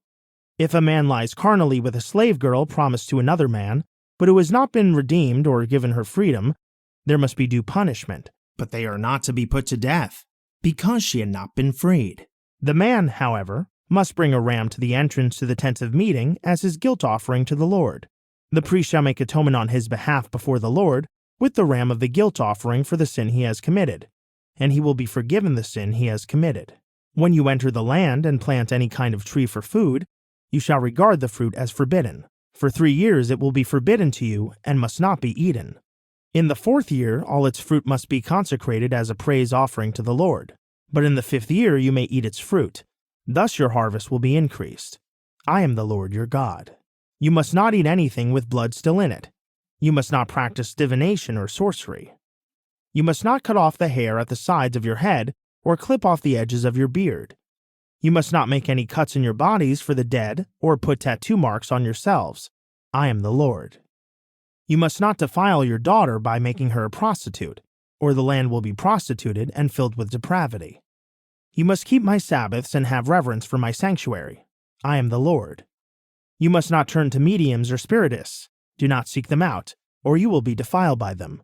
I am the Lord your God. You are to rise in the presence of the elderly, honor the aged, and fear your God. I am the Lord. When a foreigner resides with you in your land, you must not oppress him. You must treat the foreigner living among you as native born, and love him as yourself. For you were foreigners in the land of Egypt. I am the Lord your God. You must not use dishonest means of length, weight, or volume. You shall maintain honest scales and weights, an honest ephah, and an honest hin. I am the Lord your God, who brought you out of the land of Egypt. You must keep all my statutes and all my ordinances and follow them. I am the Lord. Leviticus chapter 20. Then the Lord said to Moses, "Tell the Israelites, any Israelite or foreigner living in Israel who gives any of his children to Molech must be put to death. The people of the land are to stone him, and I will set my face against that man and cut him off from his people, because by giving his offspring to Molech, he has defiled my sanctuary and profaned my holy name. And if the people of the land ever hide their eyes and fail to put to death the man who gives one of his children to Molech, then I will set my face against that man and his family, and cut off from among their people both him and all who follow him in prostituting themselves with Molech. Whoever turns to mediums or spiritists to prostitute himself with them, I will also set my face against that person and cut him off from his people. Consecrate yourselves, therefore, and be holy, because I am the Lord your God. And you shall keep my statutes and practice them. I am the Lord who sanctifies you. If anyone curses his father or mother, he must be put to death. He has cursed his father or mother, his blood shall be upon him. If a man commits adultery with another man's wife, with the wife of his neighbor, both the adulterer and the adulteress must surely be put to death. If a man lies with his father's wife, he has uncovered his father's nakedness. Both must surely be put to death. Their blood is upon them. If a man lies with his daughter-in-law, both must surely be put to death. They have acted perversely. Their blood is upon them.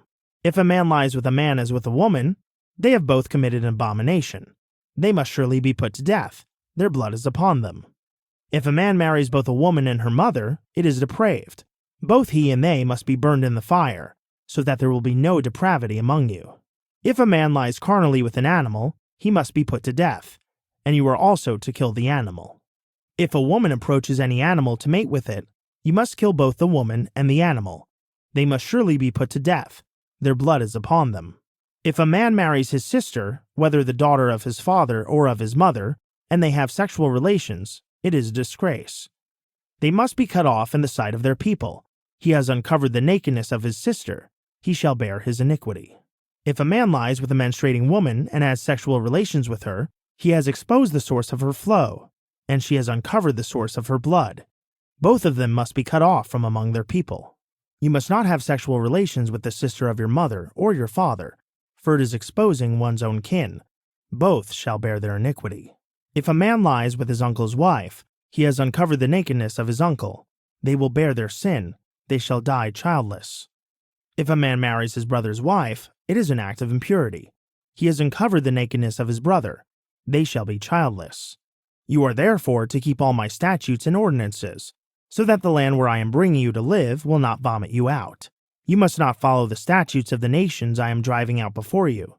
Because they did all these things, I abhorred them. But I have told you that you will inherit their land, since I will give it to you as an inheritance, a land flowing with milk and honey. I am the Lord your God, who has set you apart from the peoples. You are therefore to distinguish between clean and unclean animals and birds. Do not become contaminated by any animal or bird, or by anything that crawls on the ground. I have set these apart as unclean for you. You are to be holy to me, because I, the Lord, am holy, and I have set you apart from the nations to be my own. A man or a woman who is a medium or spiritist must surely be put to death. They shall be stoned. Their blood is upon them. Leviticus chapter 21. Then the Lord said to Moses, "Speak to Aaron's sons, the priests, and tell them that a priest is not to defile himself for a dead person among his people, except for his immediate family, his mother, father, son, daughter, or brother, or his unmarried sister who is near to him, since she has no husband. He is not to defile himself for those related to him by marriage, and so profane himself. Priests must not make bald spots on their heads, shave off the edges of their beards, or make cuts in their bodies. They must be holy to their God, and not profane the name of their God. Because they present to the Lord the offerings made by fire, the food of their God, they must be holy. A priest must not marry a woman defiled by prostitution or divorced by her husband, for the priest is holy to his God. You are to regard him as holy, since he presents the food of your God. He shall be holy to you, because I, the Lord, am holy, I, who set you apart. If a priest's daughter defiles herself by prostituting herself, she profanes her father. She must be burned in the fire.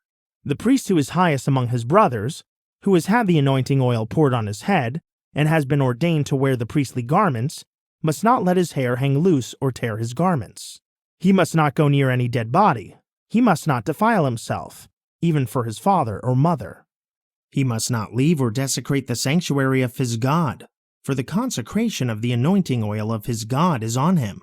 I am the Lord. The woman he marries must be a virgin.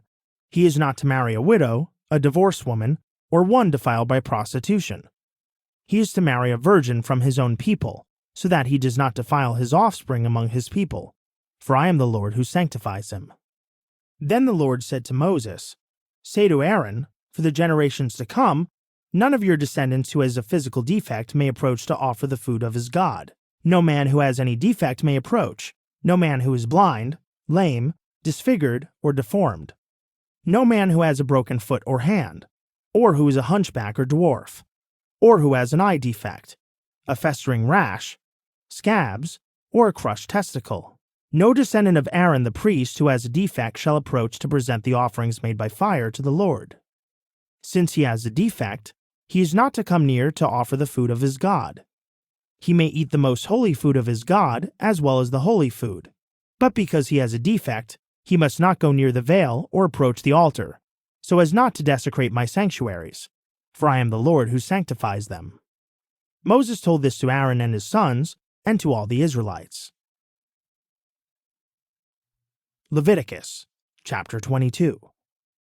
Then the Lord said to Moses, Tell Aaron and his sons to treat with respect the sacred offerings that the Israelites have consecrated to me, so that they do not profane my holy name. I am the Lord. Tell them that for generations to come, if any of their descendants in a state of uncleanness approaches the sacred offerings that the Israelites consecrate to the Lord, that person must be cut off from my presence. I am the Lord. If a descendant of Aaron has a skin disease or a discharge, he may not eat the sacred offerings until he is clean. Whoever touches anything defiled by a corpse or by a man who has an emission of semen, or whoever touches a crawling creature or a person that makes him unclean, whatever the uncleanness may be, the man who touches any of these will remain unclean until evening. He must not eat from the sacred offerings unless he has bathed himself with water. When the sun has set, he will become clean, and then he may eat from the sacred offerings, for they are his food. He must not eat anything found dead or torn by wild animals, which would make him unclean. I am the Lord. The priest must keep my charge, lest they bear the guilt and die because they profane it. I am the Lord who sanctifies them. No one outside a priest's family may eat the sacred offering, nor may the guest of a priest or his hired hand eat it. But if a priest buys a slave with his own money, or if a slave is born in his household, that slave may eat his food. If the priest's daughter is married to a man other than a priest, she is not to eat of the sacred contributions. But if a priest's daughter with no children becomes widowed or divorced, and returns to her father's house, she may share her father's food as in her youth, but no outsider may share it. If anyone eats a sacred offering in error, he must add a fifth to its value and give the sacred offering to the priest. The priest must not profane the sacred offerings that the Israelites present to the Lord by allowing the people to eat the sacred offerings and thus to bear the punishment for guilt. For I am the Lord who sanctifies them. Then the Lord said to Moses, Speak to Aaron and his sons and all the Israelites and tell them, Any man of the house of Israel or any foreign resident who presents a gift for a burnt offering to the Lord, whether to fulfill a vow or as a free will offering, must offer an unblemished male from the cattle, sheep, or goats in order for it to be accepted on your behalf. You must not present anything with a defect, because it will not be accepted on your behalf. When a man presents a peace offering to the Lord from the herd or flock to fulfill a vow or as a free will offering, it must be without blemish or defect to be acceptable.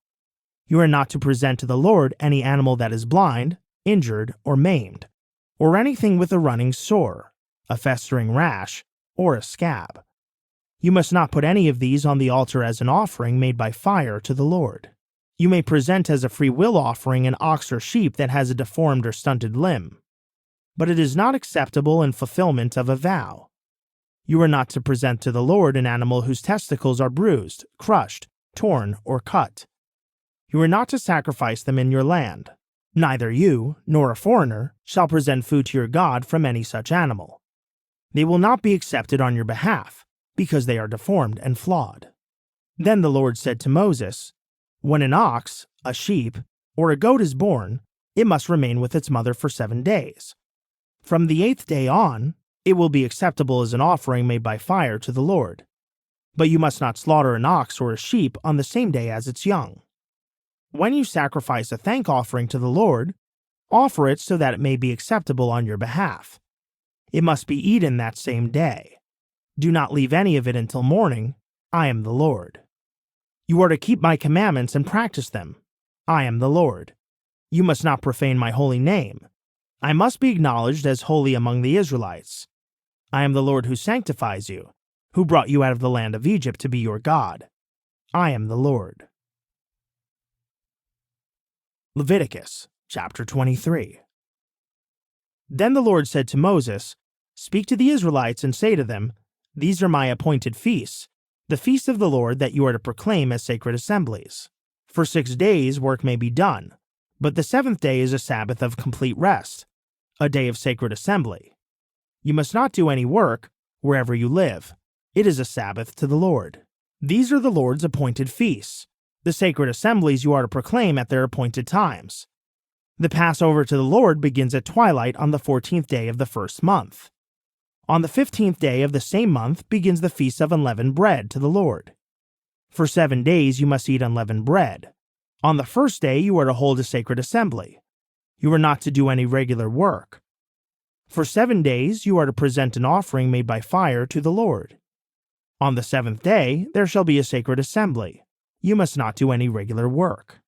And the Lord said to Moses, "Speak to the Israelites and say, 'When you enter the land that I am giving you, and you reap its harvest, you are to bring to the priest a sheaf of the firstfruits of your harvest, and he shall wave the sheaf before the Lord, so that it may be accepted on your behalf. The priest is to wave it on the day after the Sabbath. On the day you wave the sheaf, you shall offer a year-old lamb without blemish as a burnt offering to the Lord, along with his grain offering of 2/10 of an ephah of fine flour mixed with oil, an offering made by fire to the Lord, a pleasing aroma, and its drink offering of a 1/4 hin of wine. You must not eat any bread or roasted or new grain until the very day you have brought this offering to your God. This is to be a permanent statute for the generations to come, wherever you live. From the day after the Sabbath, the day you brought the sheaf of the wave offering, you are to count off 7 full weeks. You shall count off 50 days until the day after the 7th Sabbath, and then present an offering of new grain to the Lord.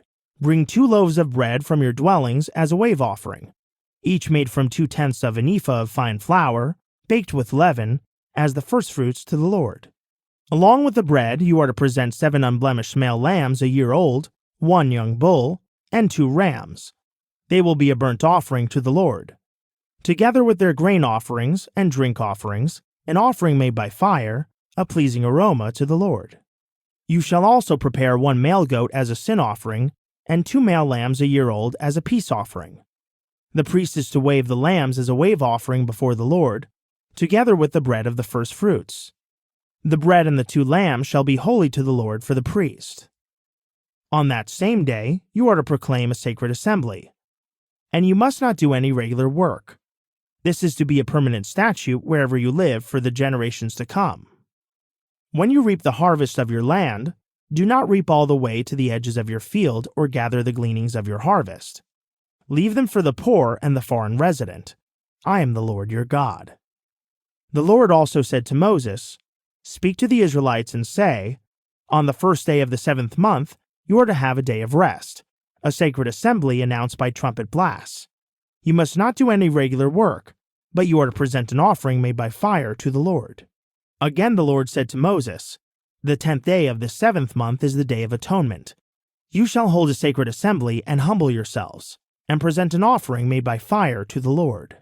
On this day you are not to do any work, for it is the Day of Atonement, when atonement is made for you before the Lord your God. If anyone does not humble himself on this day, he must be cut off from his people. I will destroy from among his people anyone who does any work on this day. You are not to do any work at all. This is a permanent statute for the generations to come, wherever you live. It will be a Sabbath of complete rest for you, and you shall humble your souls. From the evening of the 9th day of the month until the following evening, you are to keep your Sabbath. And the Lord said to Moses, "Speak to the Israelites and say, on the 15th day of the 7th month the Feast of Tabernacles to the Lord begins, and it continues for 7 days. On the first day there shall be a sacred assembly. You must not do any regular work. For 7 days you are to present an offering made by fire to the Lord. On the 8th day you are to hold a sacred assembly and present an offering made by fire to the Lord. It is a solemn assembly. You must not do any regular work. These are the Lord's appointed feasts, which you are to proclaim as sacred assemblies for presenting offerings by fire to the Lord.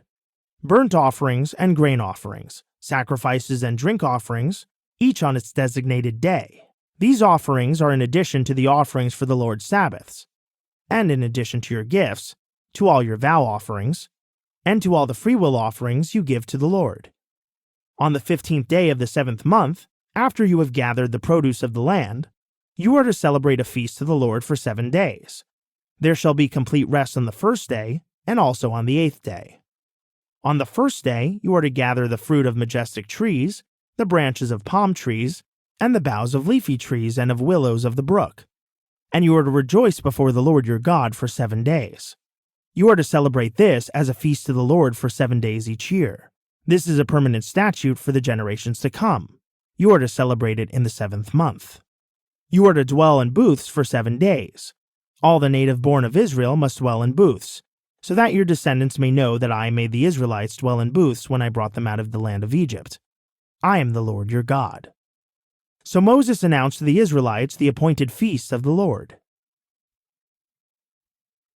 Leviticus chapter 24. Then the Lord said to Moses, "Command the Israelites to bring you pure oil of pressed olives for the light, to keep the lamps burning continually.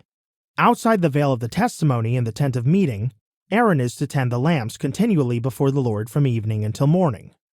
This is to be a permanent statute for the generations to come.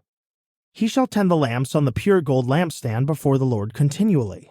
You are also to take fine flour and bake 12 loaves, using 2/10 of an ephah for each loaf, and set them in 2 rows, 6 per row, on the table of pure gold before the Lord. And you are to place pure frankincense near each row, so that it may serve as a memorial portion for the bread, an offering made by fire to the Lord. Every Sabbath day the bread is to be set out before the Lord on behalf of the Israelites as a permanent covenant. It belongs to Aaron and his sons, who are to eat it in a holy place, for it is to him a most holy part of the offerings made by fire to the Lord, his portion forever." Now the son of an Israelite mother and an Egyptian father went out among the Israelites, and a fight broke out in the camp between him and an Israelite.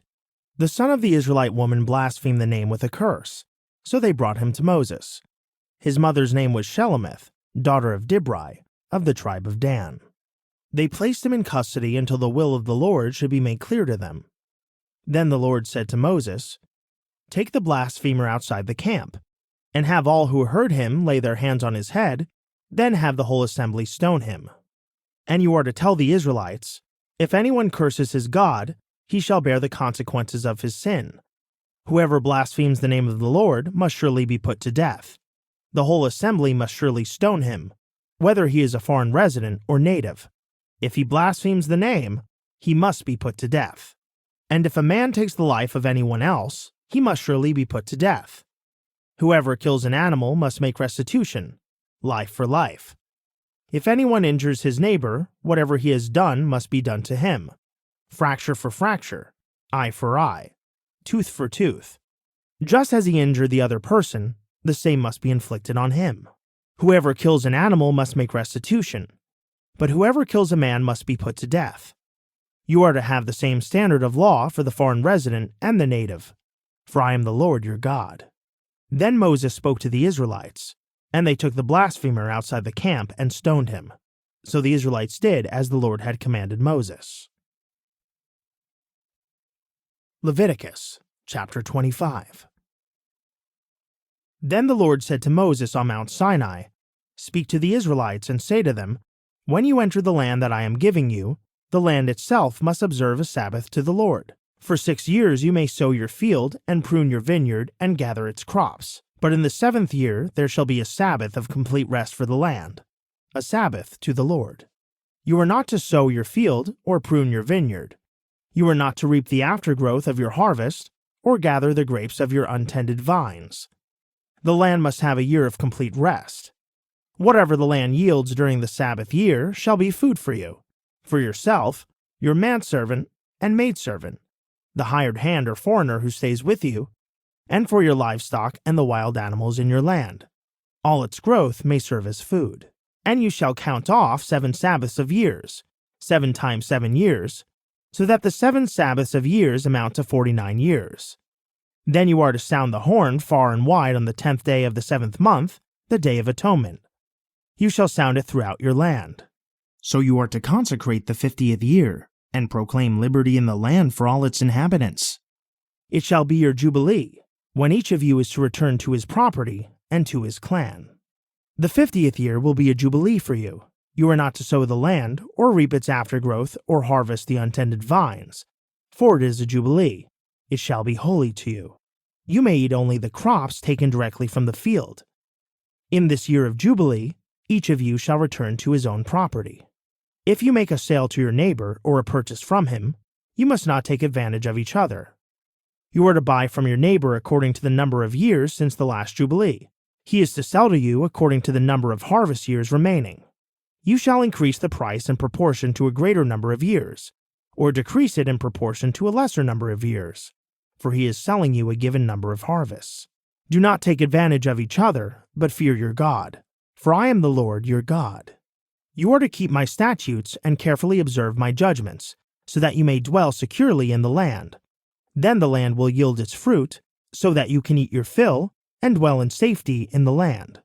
Now you may wonder, what will we eat in the 7th year if we do not sow or gather our produce?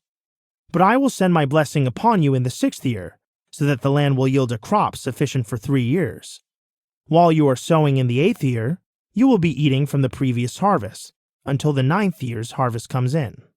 The land must not be sold permanently, because it is mine, and you are but foreigners and residents with me. Thus, for every piece of property you possess, you must provide for the redemption of the land.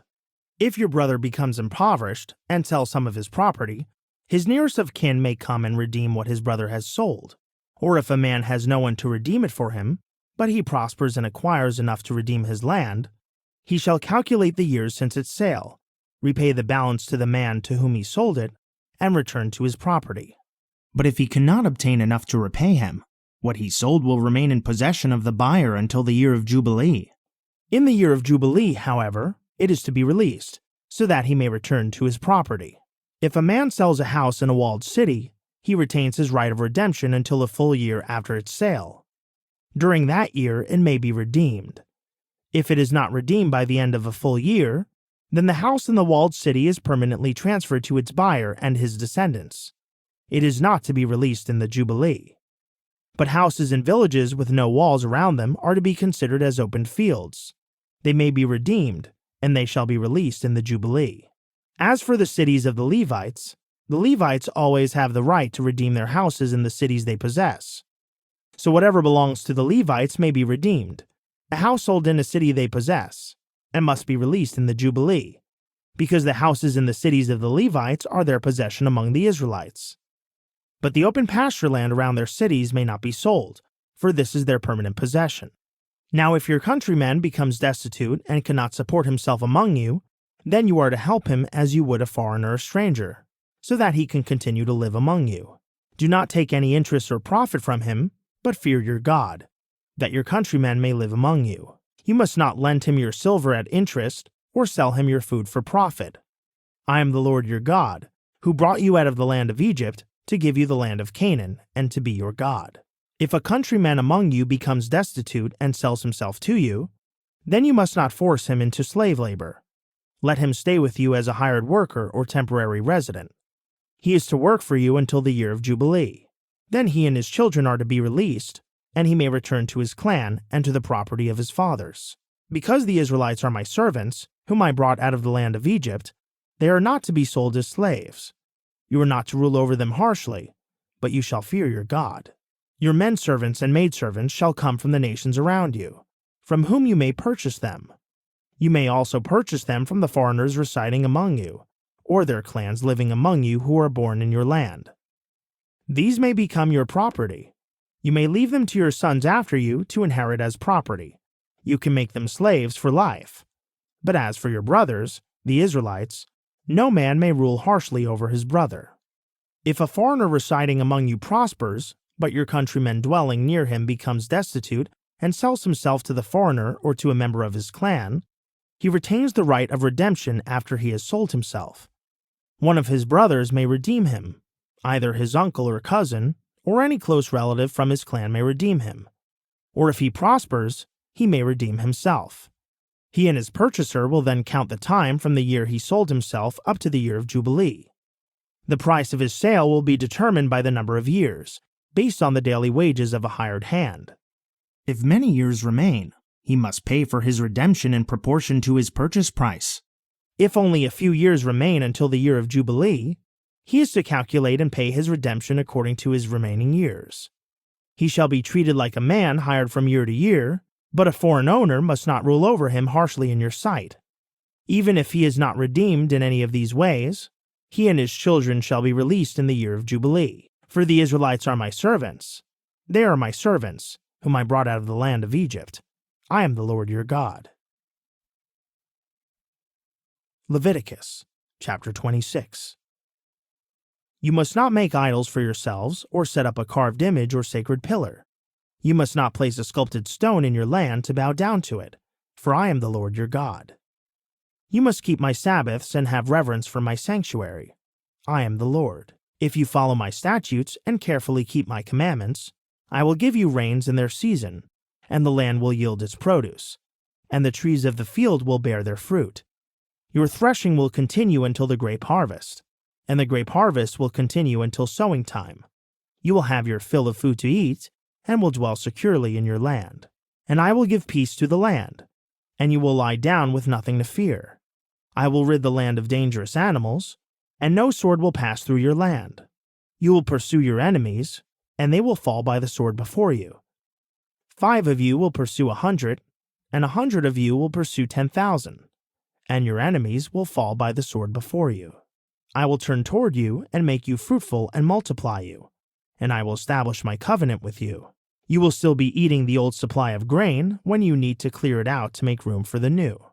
And I will make my dwelling place among you, and my soul will not despise you. I will walk among you and be your God, and you will be my people. I am the Lord your God, who brought you out of the land of Egypt, so that you would no longer be slaves to the Egyptians. I broke the bars of your yoke, and enabled you to walk in uprightness. If, however, you fail to obey me and to carry out all these commandments, and if you reject my statutes, despise my ordinances, and neglect to carry out all my commandments, and so break my covenant, then this is what I will do to you. I will bring upon you sudden terror, wasting disease, and fever that will destroy your sight and drain your life. You will sow your seed in vain, because your enemies will eat it. And I will set my face against you, so that you will be defeated by your enemies. Those who hate you will rule over you, and you will flee when no one pursues you. And if after all this you will not obey me, I will proceed to punish you sevenfold for your sins. I will break down your stubborn pride, and make your sky like iron, and your land like bronze. And your strength will be spent in vain. For your land will not yield its produce, and the trees of the land will not bear their fruit. If you walk in hostility toward me and refuse to obey me, I will multiply your plagues 7 times, according to your sins. I will send wild animals against you to rob you of your children, destroy your livestock, and reduce your numbers, until your roads lie desolate. And if in spite of these things you do not accept my discipline, but continue to walk in hostility toward me, then I will act with hostility toward you, and I will strike you sevenfold for your sins. And I will bring a sword against you to execute the vengeance of the covenant. Though you withdraw into your cities, I will send a plague among you, and you will be delivered into the hand of the enemy. When I cut off your supply of bread, 10 women will bake your bread in a single oven and dole out your bread by weight, so that you will eat but not be satisfied. But if in spite of all this you do not obey me, but continue to walk in hostility toward me, then I will walk in fury against you, and I, even I, will punish you sevenfold for your sins. You will eat the flesh of your own sons and daughters. I will destroy your high places, cut down your incense altars, and heap your lifeless bodies on the lifeless remains of your idols, and my soul will despise you. I will reduce your cities to rubble and lay waste your sanctuaries, and I will refuse to smell the pleasing aroma of your sacrifices, and I will lay waste the land so that your enemies who dwell in it will be appalled. But I will scatter you among the nations, and will draw out a sword after you as your land becomes desolate and your cities are laid waste. Then the land shall enjoy its Sabbaths all the days it lies desolate, while you are in the land of your enemies. At that time the land will rest and enjoy its Sabbaths. As long as it lies desolate, the land will have the rest it did not receive during the Sabbaths when you lived in it. As for those of you who survive, I will send a faintness into their hearts in the lands of their enemies, so that even the sound of a wind-blown leaf will put them to flight, and they will flee as one flees the sword, and fall when no one pursues them. They will stumble over one another as before the sword, though no one is behind them. So you will not be able to stand against your enemies. You will perish among the nations, and the land of your enemies will consume you. Those of you who survive in the lands of your enemies will waste away in their iniquity, and will decay in the sins of their fathers. But if they will confess their iniquity and that of their fathers in the unfaithfulness that they practice against me, by which they have also walked in hostility toward me, and I acted with hostility toward them, and brought them into the land of their enemies, and if their uncircumcised hearts will be humbled, and they will make amends for their iniquity, then I will remember my covenant with Jacob, and my covenant with Isaac, and my covenant with Abraham, and I will remember the land. For the land will be abandoned by them, and it will enjoy its Sabbaths by lying desolate without them, and they will pay the penalty for their iniquity, because they rejected my ordinances and abhorred my statutes. Yet in spite of this, when they are in the land of their enemies, I will not reject or despise them so as to destroy them and break my covenant with them, for I am the Lord their God.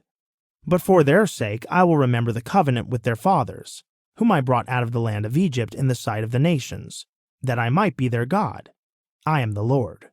These are the statutes, ordinances, and laws that the Lord established between himself and the Israelites through Moses on Mount Sinai. Leviticus chapter 27. Then the Lord said to Moses, "Speak to the Israelites and say to them, when someone makes a special vow to the Lord involving the value of persons, if the valuation concerns a male from 20 to 60 years of age, then your valuation shall be 50 shekels of silver, according to the sanctuary shekel. Or if it is a female, then your valuation shall be 30 shekels. And if the person is from 5 to 20 years of age, then your valuation for the male shall be 20 shekels, and for the female 10 shekels. Now if the person is from 1 month to 5 years of age, then your valuation for the male shall be 5 shekels of silver, and for the female 3 shekels of silver. And if the person is 60 years of age or older, then your valuation shall be 15 shekels for the male and 10 shekels for the female. But if the one making the vow is too poor to pay the valuation, he is to present the person before the priest, who shall set the value according to what the one making the vow can afford. If he vows an animal that may be brought as an offering to the Lord, any such animal given to the Lord shall be holy. He must not replace it or exchange it, either good for bad or bad for good. But if he does substitute one animal for another, both that animal and its substitute will be holy. But if the vow involves any of the unclean animals that may not be brought as an offering to the Lord, the animal must be presented before the priest. The priest shall set its value, whether high or low. As the priest values it, the price will be set. If, however, the owner decides to redeem the animal, he must add a fifth to its value. Now if a man consecrates his house as holy to the Lord, then the priest shall value it either as good or bad. The price will stand just as the priest values it. But if he who consecrated his house redeems it, he must add a fifth to the assessed value, and it will belong to him. If a man consecrates to the Lord a parcel of his land, Then your valuation shall be proportional to the seed required for it, 50 shekels of silver for every omer of barley seed. If he consecrates his field during the year of Jubilee, the price will stand according to your valuation. But if he consecrates his field after the Jubilee, the priest is to calculate the price in proportion to the years left until the next year of Jubilee, so that your valuation will be reduced. And if the one who consecrated the field decides to redeem it, he must add a fifth to the assessed value, and it shall belong to him. If, however, he does not redeem the field, or if he has sold it to another man, it may no longer be redeemed. When the field is released in the Jubilee, it will become holy. Like a field devoted to the Lord, it becomes the property of the priests. Now if a man consecrates to the Lord a field he has purchased, which is not a part of his own property, then the priest shall calculate for him the value up to the year of Jubilee, and the man shall pay the assessed value on that day as a sacred offering to the Lord. In the year of Jubilee, the field shall return to the one from whom it was bought, the original owner of the land. Every valuation will be according to the sanctuary shekel, 20 gerahs to the shekel. But no one may consecrate a firstborn of the livestock, because a firstborn belongs to the Lord. Whether it is an ox or a sheep, it is the Lord's. But if it is among the unclean animals, then he may redeem it according to your valuation, and add a fifth of its value. If it is not redeemed, then it shall be sold according to your valuation. Nothing that a man sets apart to the Lord from all he owns, whether a man, an animal, or his inherited land, can be sold or redeemed. Everything so devoted is most holy to the Lord. No person set apart for destruction may be ransomed. He must surely be put to death. Thus, any tithe from the land, whether from the seed of the land or the fruit of the trees, belongs to the Lord. It is holy to the Lord. If a man wishes to redeem part of his tithe, he must add a fifth to its value. Every 10th animal from the herd or flock that passes under the shepherd's rod will be holy to the Lord. He must not inspect whether it is good or bad, and he shall not make any substitution. But if he does make a substitution, both the animal and its substitute shall become holy. They cannot be redeemed. These are the commandments that the Lord gave to Moses for the Israelites on Mount Sinai.